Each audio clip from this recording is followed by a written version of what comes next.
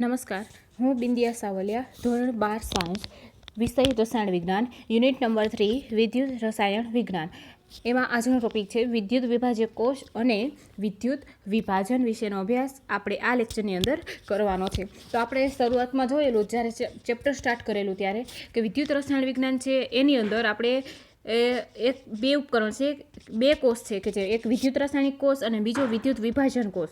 તો વિદ્યુત રાસાયણિક કોષમાં શું થાય છે તો કે રાસાયણિક ઉર્જામાંથી વિદ્યુત ઉર્જામાં રૂપાંતર થાય એવા ઉપકરણ અથવા સાધનને આપણે વીજ રાસાયણિક કોષ અથવા ઇલેક્ટ્રોકેમિકલ સેલ કહેવામાં આવે છે. જ્યારે બીજો આપણે કોષ જોઈએ તો વિદ્યુત વિભાજન કોષ એને કે ઇલેક્ટ્રોલિટિક કોષ કહેવામાં આવે છે કે એમાં શું થશે તો કે વિદ્યુત ઉર્જાનું રાસાયણિક ઉર્જામાં રૂપાંતર કરતા ઉપકરણ અથવા તો સાધનને આપણે વિદ્યુત વિભાજન કોષ કહેવામાં આવે છે. અને આની અંદર આપણે વિદ્યુત પ્રવાહ પસાર કરવામાં આવશે ત્યારે જ રાસાયણિક પ્રક્રિયા થશે. જ્યારે વીજ રાસાયણિક કોષની અંદર વિદ્યુત પ્રવાહ પસાર કરવામાં આવતો નથી અને એની અંદર આપણે એનોડ ધ્રુવ તરીકે આપણે કયો ઋણ ધ્રુવ લઈએ છીએ, રાઈટ. અને આ પ્રક્રિયાઓ છે એ કેવી હોય છે, સ્વયંસ્ફુરિત હોય છે અને અલગ અલગ પાત્રમાં થતી જોવા મળે છે. અને એને શેની જરૂર પડશે, ક્ષાર સેતુની જરૂર પડશે. જ્યારે આપણે આજે જે અભ્યાસ કરવાનો છે કે વિદ્યુત વિભાજન કોષ કે એમાં વિદ્યુત ઉર્જાનું રાસાયણિક ઉર્જામાં રૂપાંતર કરશે, રાઈટ. અને એનોડ તરીકે ધન ધ્રુવ હોય છે અને એક જ પાત્રની અંદર પ્રક્રિયા થતી હોય છે અને શેની જરૂર પડતી નથી તો કે ક્ષાર સેતુની જરૂર પડતી નથી. અને આ બધી જ પ્રક્રિયાઓ વિદ્યુત વિભાજન કોષની પ્રક્રિયાઓ એ સ્વયંસ્ફુરિત હોતી નથી કે આપમેળે થતી પ્રક્રિયાઓ નથી. અને એમાં જ્યારે વિદ્યુત પ્રવાહ પસાર કરવામાં આવશે ત્યારે જ રાસાયણિક પ્રક્રિયા થશે. એટલે વિદ્યુત ઉર્જાનું રાસાયણિક ઉર્જામાં શું કરશે, વિદ્યુત ઉર્જાનું રાસાયણિક ઉર્જામાં રૂપાંતર કરતા ઉપકરણ અથવા તો સાધનને આપણે ઇલેક્ટ્રોલિટિક સેલ અથવા તો વિદ્યુત વિભાજન કોષ કહેવામાં આવે છે, રાઈટ. તો હવે વિદ્યુત વિભાજન કોષની અંદર આપણે ધન ધ્રુવ કીધેલો છે અને અહીંયા ઋણ ધ્રુવ છે. આને આપણે એનોડ ધ્રુવ છે અને અહીંયા કેથોડ ધ્રુવ છે, રાઈટ. તો હવે ઇલેક્ટ્રોનનું વહન અને જે કરંટની દિશા, વિદ્યુત પ્રવાહની દિશા બંને કેવી હોય છે, વિરુદ્ધ દિશામાં હોય છે. તો હવે અહીંયા આપણે જોઈએ તો અહીંયા જે પોઝિટિવ છે, રાઈટ, ધન ધ્રુવ એને આપણે એનોડ તરીકે લીધેલો છે અને નેગેટિવ ઋણ ધ્રુવ છે એને આપણે કેથોડ તરીકે લઈએ છીએ. તો હવે આપણે વાત કરી, જો વિદ્યુત ઉર્જામાંથી રાસાયણિક ઉર્જામાં રૂપાંતર છે એટલે પ્રક્રિયા આપમેળે થતી નથી. એટલે ડેલ્ટા જીનું મૂલ્ય આપણને કેવું મળશે, ડેલ્ટા જીનું મૂલ્ય આપણે ગ્રેટર ધેન 0 મળશે, રાઈટ. એટલે ડેલ્ટા જીનું મૂલ્ય આપણને કેવું મળશે, ધન મળશે.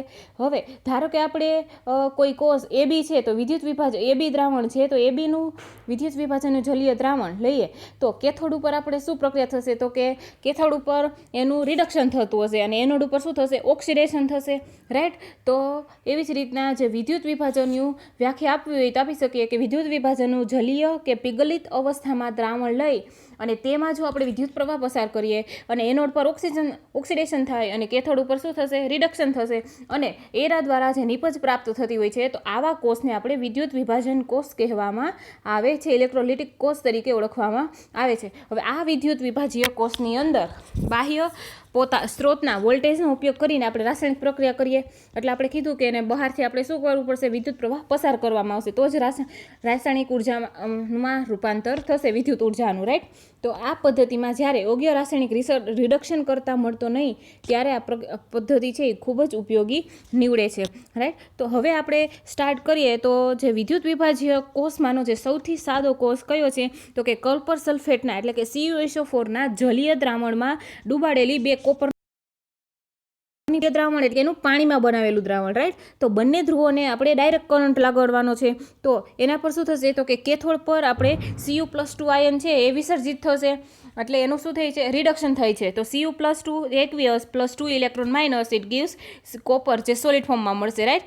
તો કેથોડ ઉપર છે કોપર ધાતુ એ જમા થાય છે અને એનોડ ઉપર શું થશે તો કે એનોડ ઉપર કોપર જે Cu+2 આયનમાં આપણે આ પ્રક્રિયા જોઈ અને એ ઓક્સિડેશન પામશે, રાઈટ.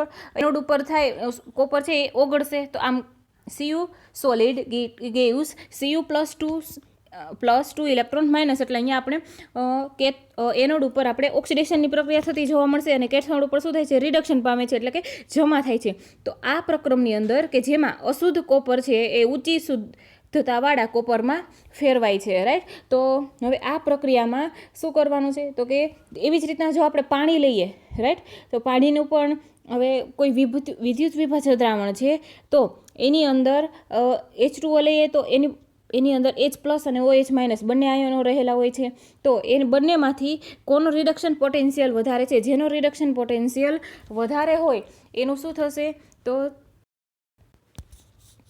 તેનું જ કેથોડ ઉપર રિડક્શન થાય છે. એટલે કે દ્રાવણમાં જ્યારે 2 કે તેથી વધુ ધન આયન હોય, હવે જો દ્રાવણમાં 2 કે તેથી વધારે ઋણ આયનો હોય તો એનો જે SRP એટલે કે સ્ટાન્ડર્ડ રિડક્શન પોટેન્શિયલ, પ્રમાણિત રિડક્શન પોટેન્શિયલ ઓછો, અને એનું જ એનોડ પર શું થશે? ઓક્સિડેશન થાય છે. એક વાત આપણે યાદ રાખવાની કે હંમેશા ધન આયન છે એ કેથોડ ઉપર જમા થશે અને એનું શું કરશે? રિડક્શન થશે, રાઈટ. જ્યારે હવે આપણે આગળ આ આકૃતિ બતાવેલી છે એમાં એક જ પાત્રની અંદર બંને પ્લેટો લગાવેલી છે, રાઈટ, બંને ધ્રુવો લગાવેલા છે. અહીંયા એનોડ ઉપર જે ઇમ્પ્યોર કોપર છે એઝ એ એનોડ તરીકે, રાઈટ. જ્યારે બીજા ધ્રુવ પર શું લગાવ્યું છે? તો કે pure copper is cathode Dhruv, right. અને દ્રાવણ કોનું છે? તો કે CuSO4 કોપર સલ્ફેટનું સોલ્યુશન છે, અને એને આપણે બેટરી સાથે જોડેલી છે. આ બેટરીનો ધન ધ્રુવ છે, આ બેટરીનો ઋણ ધ્રુવ છે. ઋણ ધ્રુવને કેથોડ સાથે અને ધન ધ્રુવને આપણે એનોડ સાથે જોડેલો છે. તો વિદ્યુત પ્રવાહની દિશા કેથોડથી એનોડ તરફ જશે, રાઈટ. જ્યારે અશુદ્ધથી શુદ્ધ તરફ જશે. જ્યારે વિદ્યુત પ્રવાહની ઇલેક્ટ્રોનની દિશા, જ્યારે વિદ્યુત પ્રવાહની દિશા કરંટની દિશા એ એનાથી ઉલટી જતી જોવા મળશે. આમ એનોડ પર જે કોપરની પટ્ટીમાંથી કોપર છે ઓક્સિડેશન પામીને Cu+2 આયનમાં પરિવર્તિત થશે. એટલે કે કોપર છે એનોડ દ્રાવણમાં ઓગળશે અને ઓક્સિડેશન પામશે. જ્યારે કેથોડ પર દ્રાવણમાં રહેલ જે Cu+2 આયન એ રિડક્શન પામશે અને કોપર મેટલ ધાતુ તરીકે જમા થશે, રાઈટ. તો એટલે કે નિક્ષેપિત થાય છે તો કેથોડ ઉપર. તો આમ આ ઔદ્યોગિક પ્રકરણ દ્વારા અશુદ્ધ કોપર છે એ ઊંચી ગુણ શુદ્ધતાવાળા કોપરમાં ફેરવાય છે. એટલે શું થશે અહીંયા? તો કે અશુદ્ધ કોપરના વજનમાં ઘટાડો થાય છે જ્યારે એનોડ પર, જ્યારે શુદ્ધ કોપરમાં જે કેથોડ ઉપર શું થાય છે? વજનમાં વધારો થતો જોવા મળે છે. અને આ પ્રકરણમાં અશુદ્ધ કોપરને એનોડ બનાવવામાં આવશે, જે પ્રવાહ પસાર કરતાં શું થાય છે? ઓગળે છે. જ્યારે શુદ્ધ કોપર છે એ કેથોડ ઉપર જમા થતું જોવા મળે છે.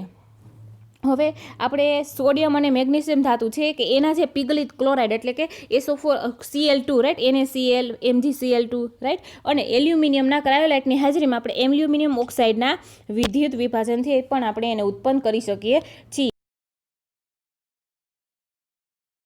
વિદ્યુત વિભાજનના નિયમો કે જેને આપણે ફેરાડેના નિયમો તરીકે પણ ઓળખવામાં આવે છે. તો માઇકલ ફેરાડે નામના જે વૈજ્ઞાનિક છે એને વિદ્યુત વિભાજનની બાબતોનું વર્ણન કરવા માટે એને ફેરાડેના 2 નિયમો આપેલા છે. તો ફેરાડેના વિદ્યુત વિભાજનીય નિયમો, તો કે એ વિદ્યુત વિભાજનના દ્રાવણો અને વિદ્યુત વિભાજનના જે મેલ્ટ અવસ્થામાં છે કે પીગલિત અવસ્થાના દ્રાવણો છે એની અંદર જે 1833 અને 34માં ફેરાડેએ પરિણામોને ખૂબ જ જાણીતા અને વિદ્યુત વિભાજનના 2 નિયમોને રજૂઆત કર્યા છે. 2 નિયમો સ્વરૂપે એની રજૂઆત કરી છે.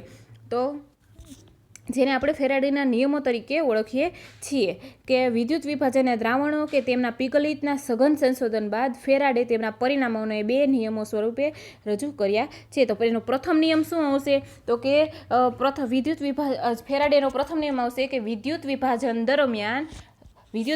દરમિયાન વિદ્યુત પ્રવાહને કારણે દરેક વિદ્યુત ધ્રુવ પર થતી પ્રક્રિયાને લીધે જે નિપજ મળશે એ નિપજનો જથ્થો એ વિદ્યુત વિભાજનીય દ્રાવણ કે પીગલિતમાંથી પસાર થતા વિદ્યુત જથ્થાને કેવો હોય છે? સમપ્રમાણમાં હોય છે. એટલે આપણે ફેરાડેના પ્રથમ નિયમ પ્રમાણે આપણે એમ કહી શકીએ કે W ચલે છે Q, રાઈટ. તો W છે એ શું દર્શાવશે? નિપજનું વજન દર્શાવશે. અને Q એટલે કે પસાર કરેલ વિદ્યુતનો જથ્થો. તો એ કોના સમપ્રમાણમાં હોય છે? તો વિદ્યુત વિભાજ્ય દ્રાવણ કે જે પીગલિત અવસ્થામાંથી પસાર થતા વિદ્યુત જથ્થાને સમપ્રમાણમાં હોય છે.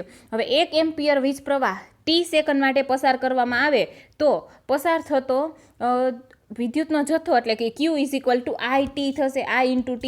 I એટલે એમ્પિયર છે, વિદ્યુત પ્રવાહ માપવાનો એકમ છે, રાઈટ. I એટલે એમ્પિયર, T એટલે સમય, સેકન્ડ, રાઈટ. હવે તો Qની વેલ્યુ મૂકીશું આપણે. W ચલે છે Qની અંદર, તો W ચલે છે I × T થશે, રાઈટ.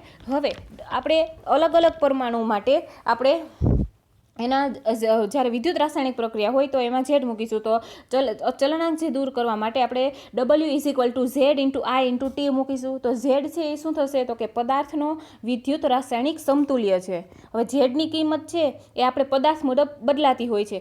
ધારો કે સોડિયમ હોય તો સોડિયમ પ્રમાણે વજન મળશે, કોપર હોય તો કોપર પ્રમાણે વજન મળે, રાઈટ. તો હવે Zને આપણે વજનમાં કન્વર્ટ કરવું છે તો આપણે સમતુલ્ય રસાયણનો નિયમ વાપરીએ.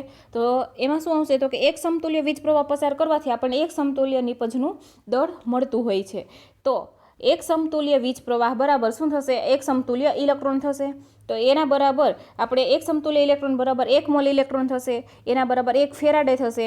તો જે આપણે ક્યુ લીધેલો છે કે પસાર કરેલ વિદ્યુતનો જથ્થો, તો ક્યુ બરાબર 1 ફેરાડે થશે, જે આપણે આગળ જોઈ લીધું છે આગળના લેક્ચરની અંદર. તો ક્યુ એટલે કે 1 ફેરાડે, તો 1 ફેરાડે બરાબર કેટલા કુલમ થશે? તો કે 96,500 કુલમ. જ્યાં ક્યુ છે એ વિદ્યુત ભારનો જથ્થો દર્શાવે છે. હવે આપણે જે ક્યુની મદદથી આપણે ઝેડને શું કર્યો? વજનમાં કન્વર્ટ કરવાનો છે. તો નિપજનું દળ બરાબર શું થશે? કે સમતુલ્ય નિપજનું દળ એના બરાબર તુલ્ય ભાર, રાઈટ, એના બરાબર ઇક્વિવેલન્ટ માસ થશે. તો W is equal two equivalent mass is equal two E થશે. તો હવે જે આપણે આગળનું સૂત્ર હતું, જે W is equal two ZQ, તો એની અંદર આપણે વેલ્યુ મૂકીને આપણે એનો તુલ્ય ભાર પણ શોધી શકીએ છીએ. હવે જે માઇકલ ફેરાડોનો જે બીજો નિયમ છે, તો બીજો નિયમ શું કહેવા માંગે છે? તો કે વિદ્યુત વિભાજનીય જે શ્રેણીમાં જોડેલા જુદા જુદા વિદ્યુત વિભાજનીય દ્રાવણોમાંથી વિદ્યુતનો સમાન જથ્થો પસાર કરતા આપણને જુદા જુદા પદાર્થોમાંથી મુક્ત થયેલ નિપજનો જથ્થો એ તેમના રાસાયણિક તુલ્યભારના સમપ્રમાણમાં હોય છે. તો આપણે બે અલગ અલગ પાત્ર અલગ અલગ વિદ્યુત ધ્રુવો મૂકેલા હોય. ધારો કે એક પાત્રની અંદર પીગલિત NaCl છે, બીજા પાત્રની અંદર પીગલિત MgCl છે. બંનેની અંદર આપણે વિદ્યુત ધ્રુવો મૂકી દીધા, રાઈટ. જે પીગલિત NaCl છે એક ડાબી સાઈડ, રાઈટ, પાત્રની અંદર, તો એને આપણે એનોડ કીધું, ધન ધ્રુવ બનશે. અને જે જમણી બાજુ પીગલિત MgCl છે બીજું પાત્ર, કે એને આપણે ઋણ ધ્રુવ એટલે કે એ કેથોડ બનશે, રાઈટ. ઋણ છેડો છે બેટરીનો, તો એ કેથોડ બનશે. તો એ રીતે જોડીતા આપણે વિદ્યુત ધ્રુવોની ગોઠવણી કરી દીધી. એક એનોડ બનશે, બીજો કેથોડ બનશે, અને વચ્ચે આપણે શું કીધું? શ્રેણીમાં એનું જોડાણ કરી દીધું. અને જેનો વિદ્યુત ભાર એટલે કે ક્યુ એ કેવો હોય છે? એક સરખો પસાર કરીશું, રાઈટ. તો આપણે શું કીધું? દ્વિતીય નિયમ, કે શ્રેણીમાં જોડેલા જુદા જુદા વિદ્યુત વિભાજનીય દ્રાવણોમાંથી વિદ્યુતનો સમાન જથ્થો પસાર કરતા જુદા જુદા પદાર્થોમાંથી મુક્ત થયેલ નિપજના જથ્થાઓ એ તેમના રાસાયણિક તુલ્યભારના સમપ્રમાણમાં હોય છે, બરાબર. તો એના આપણે લખી શકીએ હવે કે ફેરાડે જે સમય દરમિયાન અચળ પ્રવાહના સ્ત્રોત એ હતા નહીં. તો સામાન્ય રીતે હતી કે કુલોમીટર કે પ્રમાણિત વિદ્યુત વિભાજનીય કોષ મૂકવામાં આવતો હતો, તે કે જે ધાતુના નિક્ષેપિત અથવા તો વપરાયેલા જથ્થામાંથી પસાર થતા જે વિદ્યુત પ્રવાહના જથ્થા પરથી આપણે ગણી શકાતું હતું. તો આ રીતે હવે આપણી પાસે અચળ પ્રવાહ I કે એનો સ્ત્રોત આપણી પાસે જે છે અત્યારે, તો એ પસાર થયેલ વિદ્યુતનો જથ્થો જે આપણે ક્યુ વડે દર્શાવીએ છીએ, તો એના પર આપણે આગળ જોઈ લીધું સમીકરણ આપી શકીએ કે Q is equal to I into T. કી છે એ કુલમમાં છે, જ્યારે I એમ્પિયરમાં અને ટી સેકન્ડમાં એના એકમો આપેલા છે. હવે આપણે જોઈએ કે ઓક્સિડેશન અને રિડક્શન માટે જરૂરી વિદ્યુતના જથ્થાનો આધાર શેની ઉપર રહેલો છે? તો કે વિદ્યુત ધ્રુવ પ્રક્રિયાની તત્વયોગ મિતિઓ ઉપર રહેલો છે. તો હવે અહીંયા જોઈએ કે સિલ્વરનું શું થશે? તો કે સિલ્વરનું અહીંયા રિડક્શન થાય છે, તો એ સિલ્વર મેટલ બનશે. તો 1 મોલ સિલ્વર આયર્નના રિડક્શન માટે કેટલા મોલ ઇલેક્ટ્રોનની જરૂર પડશે? તો કે 1 મોલ ઇલેક્ટ્રોનની જરૂર પડશે. હવે આપણે જાણીએ છીએ કે 1 મોલ ઇલેક્ટ્રોન પરનો વીજભાર કેટલો? 1 ઇલેક્ટ્રોન પરનો વીજભાર જોઈએ તો આપણે 1.6021 ઇન્ટુ 10⁻⁹ કુલમ છે. જ્યારે 1 મોલ ઇલેક્ટ્રોન પરનો વીજભાર કોના બરાબર થાય? તો એવોગેડ્રો અચળાંક ઇન્ટુ 1.6021 ઇન્ટુ 10⁻⁹ કુલમ. તો એવોગેડ્રો અચળાંકની વેલ્યુ શું હશે? તો કે C is equal two 6.02 into 10⁻23 mall inverse into 1.6021 into 10⁻⁹. તો આપણને શું મળશે? 1 ફેરાડે બરાબર 96487 કુલમ મળશે. ઓકે, તો હવે એ મળ્યું આપણે 1 મોલ ઇલેક્ટ્રોન પરનો વીજભાર મળશે, કે એના અરાઉન્ડ આપણે કેટલા લખી શકીએ? કે 96,500 કુલમ પર મોલ લખી શકીએ, રાઈટ. તો વિદ્યુતના આ જથ્થાને 1 ફેરાડે એટલે કે 1F પણ કહેવામાં આવે છે. હવે આપણે વિદ્યુત ધ્રુવની પ્રક્રિયા જોઈએ તો એની અંદર શું થાય છે? તો કે Mg+2 કે જે 2 ઇલેક્ટ્રોન સ્વીકારશે અને Mg સોલિડ બનશે. એવી જ રીતના Al+3 કે જે 3 ઇલેક્ટ્રોન સ્વીકારે છે અને મેટલ ફોર્મમાં આવશે. તો અહીંયા શું થશે? તો કે કેટલા મોલ ઇલેક્ટ્રોનની જરૂર પડશે? તો કે અનુક્રમે જે Mg+2 અને Al+3 છે એને અનુક્રમે 2 મોલ અને 3 મોલ વિભાજન દરમિયાન જે પસાર થતો વીજભાર એ વિદ્યુત પ્રવાહ એમ્પિયરમાં અને સમય સેકન્ડના ગુણા બરાબર હોય છે, એટલે કે Q is equal to I into T. તો હવે ધાતુના જે વ્યવહારિક ઉત્પાદનમાં જે 50,000 એમ્પિયર જેટલો આપણે ઊંચો પ્રવાહ છે એ ઉપયોગમાં લેવામાં આવે છે, કે જે લગભગ આપણને 0.518 ફેરાડે પ્રતિ સેકન્ડ જેટલો થાય છે. હવે આ થિયરી ઉપરથી આપણે કોયડો ગણવાનો છે. તો કોયડા નંબર 3.10. તો CuSO4નું દ્રાવણ 10 મિનિટ માટે 1.5 એમ્પિયર પ્રવાહ વડે વિદ્યુત વિભાજિત કરવામાં આવ્યું તો કેથોડ પર નિક્ષેપિત એટલે કે જમા થયેલું કોપરનું દળ કેટલું હશે એ આપણે શોધવાનું છે. તો સૌપ્રથમ આપણે રકમમાં શું આપેલું છે? સમય આપેલો છે T. T is equal two 10 minutes. 10 મિનિટ્સને આપણે સેકન્ડમાં કન્વર્ટ કરવાની છે, રાઈટ. પછી આપણને બીજો આપેલો છે આઈ એટલે કે એમ્પિયર પ્રવાહ, વિદ્યુત પ્રવાહ આપેલો છે. તો આઈ ઇઝ ઇક્વલ ટુ 1.5 એમ્પિયર. અને આપણે શોધવાનું છે કે નિક્ષેપિત થયેલ એટલે કે જમા થયેલ કોપરનો દળ શોધવાનું છે. તો સૌપ્રથમ આપણે અહીંયા આપણે ટાઈમ છે એને કન્વર્ટ કરીશું સેકન્ડમાં, મિનિટમાં આપેલો છે. તો T is equal two 10 minutes, right. તો સેકન્ડમાં કન્વર્ટ કરતાં આપણને મળશે કે 1 મિનિટ બરાબર 60 સેકન્ડ થશે, રાઈટ. તો એવી રીતના 10 મિનિટ બરાબર કેટલા? તો આપણને 600 સેકન્ડ મળશે, રાઈટ. હવે વિદ્યુત પ્રવાહ આઈ ઇઝ ઇક્વલ ટુ 1.5 એમ્પિયર. તો સૌપ્રથમ આપણે શું શોધવું પડશે? તો કે વિદ્યુત જથ્થાની ગણતરી કરવી પડશે. તો એનું સૂત્ર આવશે કે પસાર કરેલ વિદ્યુતનો જથ્થો બરાબર વિદ્યુત પ્રવાહ ગુણ્યા સમય. એટલે વિદ્યુત પ્રવાહ છે 1.5 એમ્પિયર ગુણ્યા 600 second is equal two 900 coulomb મળશે. હવે આપણે એના પરથી કોપરના દળની ગણતરી કરી શકીશું. તો એના માટેની પ્રક્રિયા છે કે CuSO4નું દ્રાવણ લીધેલું છે અને કયું જમા થાય એ આપણે શોધવાનું છે. તો રિડક્શન થતું હતું, રાઈટ, કે રિડક્શન થતું હતું કેથોડ ઉપર, એટલે આપણે દર્શાવી શકીએ કે Cu+2 એક્વિયસ +2 ઇલેક્ટ્રોન માઇનસ સ્વીકારશે એ, રાઈટ. એટલે CuS બનશે, Cu કોપર છે એ સોલિડ ફોર્મમાં આવશે. તો આ પ્રમાણે આપણને જે Cu+2 છે એ કેટલા મોલ છે? 1 મોલ. જ્યારે કેટલા મોલ ઇલેક્ટ્રોન સ્વીકારે છે? 2 મોલ ઇલેક્ટ્રોન સ્વીકારે છે. અને કોપર એ જે જમા થાય છે એ કેટલા મોલ છે? 1 મોલ છે. એટલે કે 1 મોલ બરાબર 63 ગ્રામ પર મોલ થશે, બરાબર. તો એને કેટલા મોલ ઇલેક્ટ્રોનની જરૂર પડે છે? તો કે 2 મોલ ઇલેક્ટ્રોનની જરૂર પડે છે. તો અહીંયા આપણે લખી શકીએ કે 2 ગુણ્યા 96,500 લખી શકીએ. અથવા તો જે આપણે અરાઉન્ડ એની કિંમત ધારેલી જે 96,500 હતી એની જે કેલ્ક્યુલેશન કરતાં આપણને વેલ્યુ મળેલી 96,487 કુલમ. ઓકે. તો આપણે 1 મોલ અથવા તો 63 ગ્રામ Cu નિક્ષેપિત જમા કરવા માટે આપણે 2 ફેરાડે અથવા તો 2 ગુણ્યા 96,487 કુલમની જરૂર પડશે. તો 900 કુલમ માટે જમા થયેલું કોપરનું દળ કેટલું હશે? તો અહીંયા ત્રિરાશિ મૂકવાની છે, રાઈટ. કે 2 ગુણ્યા 96,000 અથવા તો 2 ફેરાડે માટે 2 ફેરાડે કુલમ દ્વારા 63 ગ્રામ કોપર નિક્ષેપણ અથવા તો જમા થાય છે. તો 900 કુલમ વીજભાર દ્વારા કેટલું થશે? તો 900 ગુણ્યા 63 ડિવાઈડ બાય 2 ગુણ્યા 96,487 કુલમ પર મોલ કરીશું. તો આપણને કોપરનું દળ, જે જમા થયેલ કોપરનું દળ કેટલું મળશે? 0.2938 ગ્રામ મળશે. હવે આપણે જોવાનું છે વિદ્યુત વિભાજનની નિપજો. હવે આપણને એવો ક્વેશ્ચન પૂછાય કે વિદ્યુત વિભાજનથી મળતી નિપજોનો આધાર કઈ કઈ બાબતો પર હોય છે? તો એના માટે આપણે જોઈએ કે કેટલાક વિદ્યુત વિભાજ્ય છે એ રાસાયણિક પ્રક્રમ માટે સક્ષમ હોય છે, પરંતુ તે પ્રક્રિયા કેવી હોય છે? ધીમી હોવાથી એ પ્રક્રિયા કરી શકતો નથી, રાઈટ. એટલે કે જે નીચા વોલ્ટેજની પ્રક્રિયા છે એ અનુભવી શકાતી નથી. આથી દ્રાવણમાં જે વધારાનો વોલ્ટેજ દાખલ કરવો પડે તો એને આપણે શું કહીએ છીએ? ઓવર વોલ્ટેજ કહેવામાં આવે છે, રાઈટ. તો એ એક પણ વિદ્યુત વિભાજન નિપજનો આધાર છે. તો આપણે પેલું જોઈએ કે વિદ્યુત વિભાજન પદાર્થની પ્રકૃતિ પર એટલે સ્વભાવ પર, કે જુદા જુદા વિદ્યુત વિભાજન દ્વારા આપણને જુદી જુદી નિપજો મળશે, બરાબર. હવે આપણે જોઈએ કે જો પ્લેટિનમ કે ગોલ્ડ જેવા નિષ્ક્રિય વિદ્યુત ધ્રુવો હોય છે તો એવો વિદ્યુત ધ્રુવો રાસાયણિક પ્રક્રિયામાં ભાગ લેતા નથી, પરંતુ શું કરશે કે ઇલેક્ટ્રોનના સ્ત્રોત તરીકે કાર્ય કરે છે. તો એ નિષ્ક્રિય વિદ્યુત ધ્રુવો. તો એ નિષ્ક્રિય અને ધાતુ વિદ્યુત ધ્રુવો કયા છે? તો કે પ્લેટિનમ અને ઓરમ એટલે કે ગોલ્ડ એની સંજ્ઞા છે. એનું ઓક્સિડેશન થતું નથી અને એને શું કહેવાય છે?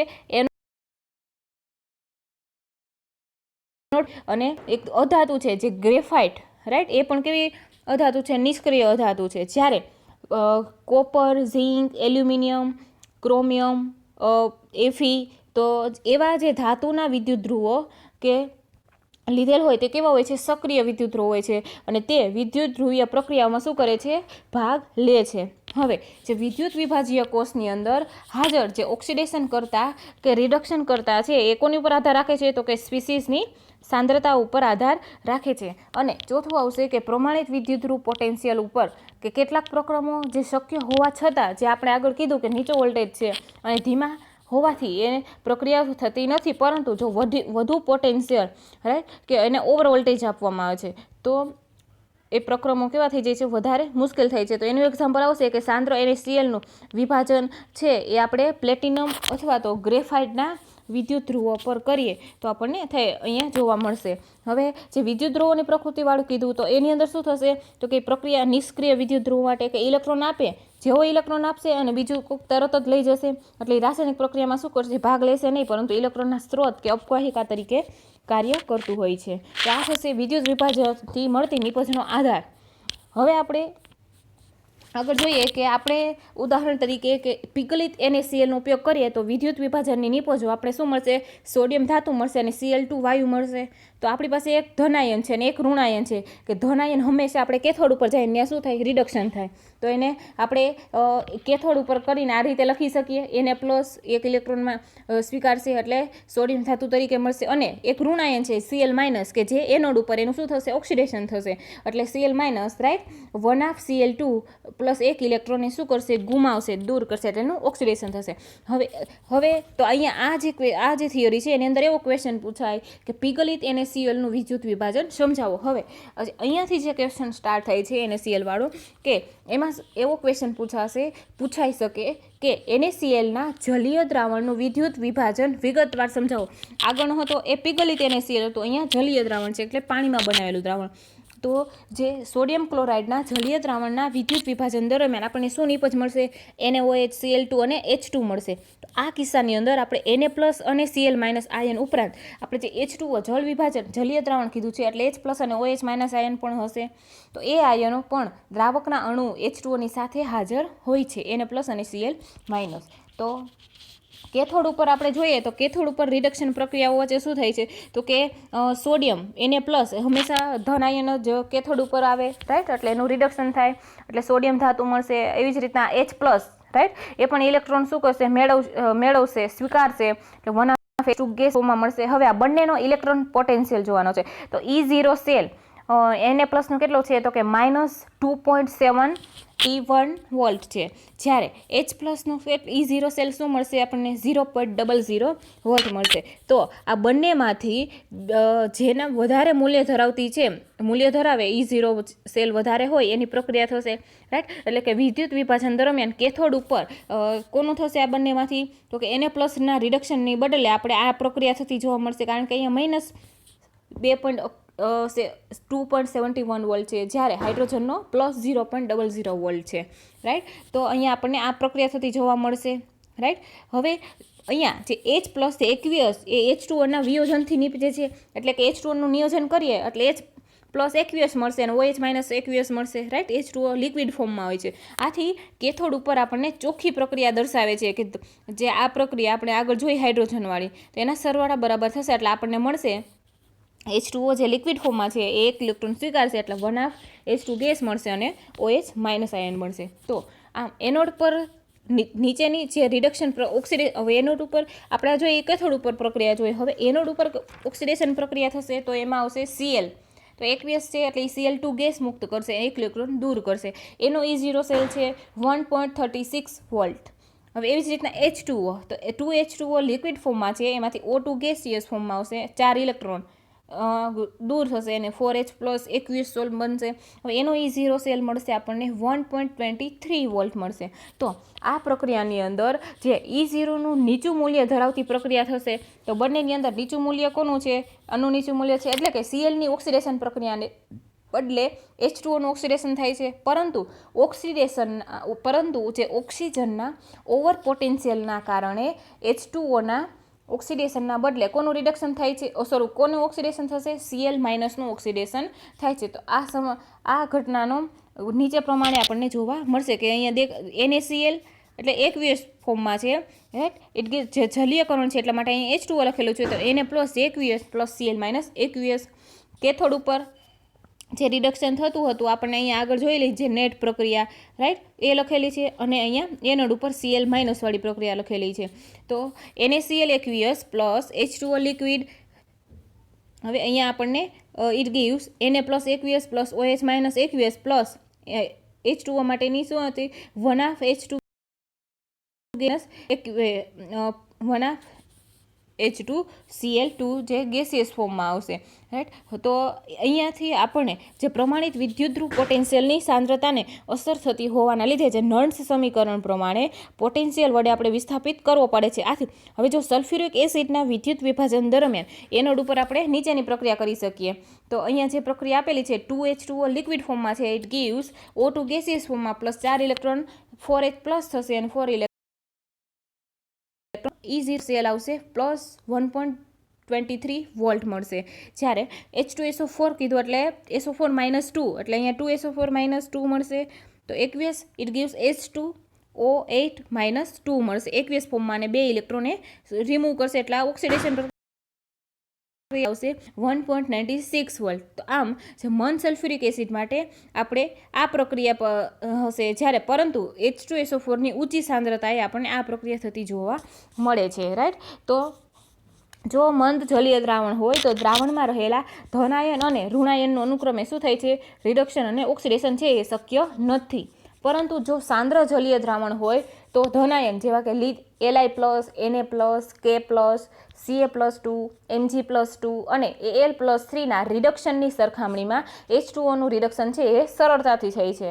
અને જો સાંદ્ર જલીય દ્રાવણ હોય અને ઋણાયન જેવા કે NO3- SO4- 2 ના ઓક્સિડેશનની સરખામણીમાં H2Oનું ઓક્સિડેશન સરળ બને છે. હવે આ પ્રક્રિયાની અંદર અહીંયા આગળ આ પ્રક્રિયાની અંદર એનોડ પર શું મળશે, Cl2 વાયુ, જ્યારે કેથોડ ઉપર આપણને શું મળશે, H2 વાયુ, અને દ્રાવણમાં શું હોય છે, NaOH હોય છે. તો આ થયું આપણે વિદ્યુત વિભાજનીય કોષ અને વિદ્યુત વિભાજન.